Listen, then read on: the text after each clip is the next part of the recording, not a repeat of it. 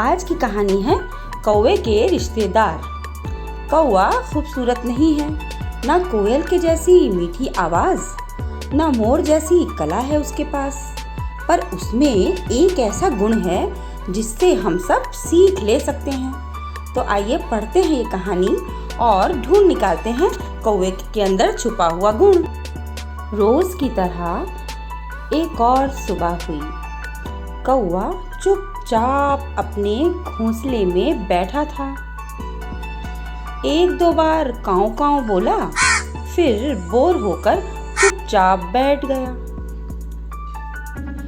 ठीक उसी समय कोयल की मीठी कुहू कुहू सुनाई दी।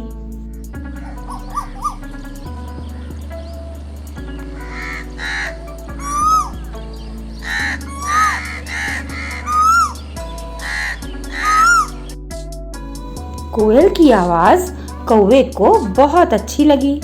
कोयल कौवे से अच्छा गा रही है, यह सुनकर कौवे को कुछ जलन भी महसूस हुई।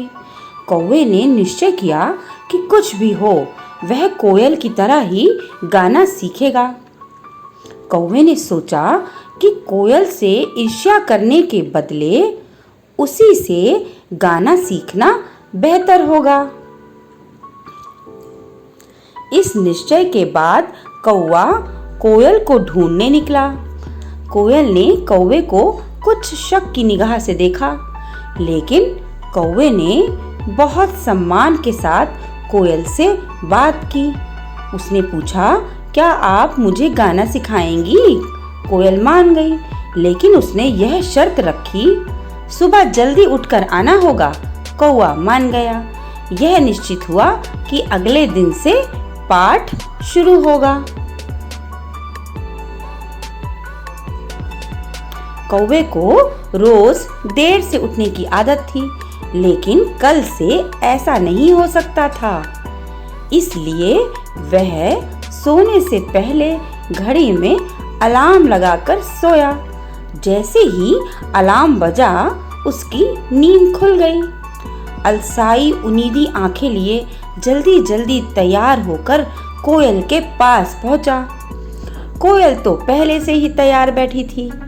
कोयल के आते ही संगीत पाठ आरंभ हो गया। कोयल के बार बार कू कू सिखाने पर भी कौवा काऊ काऊ ही करता रहा। आखिरकार कोयल को गुस्सा आ गया। तुम्हें गाना सिखाना मेरे बस की बात नहीं है, ये कहकर कोयल चली गई। कौवा बहुत दुखी हुआ, चेहरे पर उदासी लिए घर वापस आ गया। कुछ दिन बीत गए।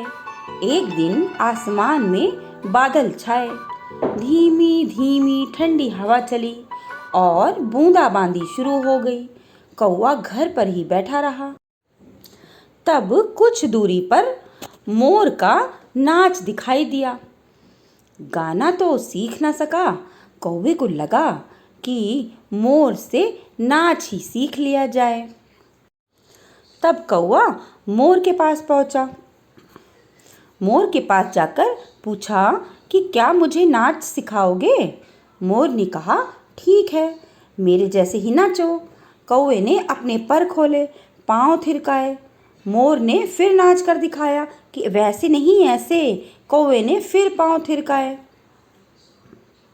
ऐसे नहीं कहकर मोर ने फिर से नाच कर दिखाया। फिर भी कौवा उल्टे सीधे पैर मारता रहा। आखिरकार मोर गुस्से से चीखा, तुम नाच नहीं सीख सकते, जाओ। अब कौवा बहुत उदास हो गया। कौवा उदास हुआ कि ना तो वह गा सका, ना ही नाच सीख सका। फिर कौवे को लगा कि चलो बढ़िया घोंसला बनाना ही सीख लिया जाए। गौरैया के पास जाकर पूछा, आप अपने जैसा घोंसला मुझे बनाना सिखाएंगी क्या? गौरैया ने साफ इनकार कर दिया। उसने कहा, तुम में मेरे जैसे घोंसला बनाने की लगन नहीं है। अब क्या करे कौवा, वो तो और उदास हो गया। एक बार फिर कौवे को बहुत निराशा हुई। घर आकर परेशान सा बैठ गया। तभी नीचे के घर में उसे बर्तन मांजने के स्थान पर थोड़ी सी जूठन पड़ी दिखाई दी। वह तुरंत वहां जाकर काँव काँव करने लगा और काँव काँव करके अपने रिश्तेदारों को बुलाने लगा। सभी रिश्तेदार आ गए। सभी में खाना बांटकर कौवे ने खुद भी खाना खाया। कौवे के मन में एक विचार कौंधा, भले ही मैं गा नहीं सकता, नाच भी नहीं सकता, पर और कौन ऐसा है जो थोड़ा सा खाना सारे परिवार में बांटकर खाता है। चाहे वह कोयल हो, मोर हो या गौरैया, वे भोजन बांटकर नहीं खाते। लेकिन मैंने कभी भी परिवार वालों में बिना बांटे भोजन नहीं किया। ऐसा सोचते ही कौवे में स्वाभिमान जागा। उसी खुशी में वह काँव काँव करने लगा। तो कैसी लगी ये कहानी? अच्छी कहानी थी ना? क्या सीखा आपने इस कहानी से? यही ना कि हमें मिल बांट कर खाना चाहिए। देखिए, अब आपको एक चित्र दिखाई दे रहा है।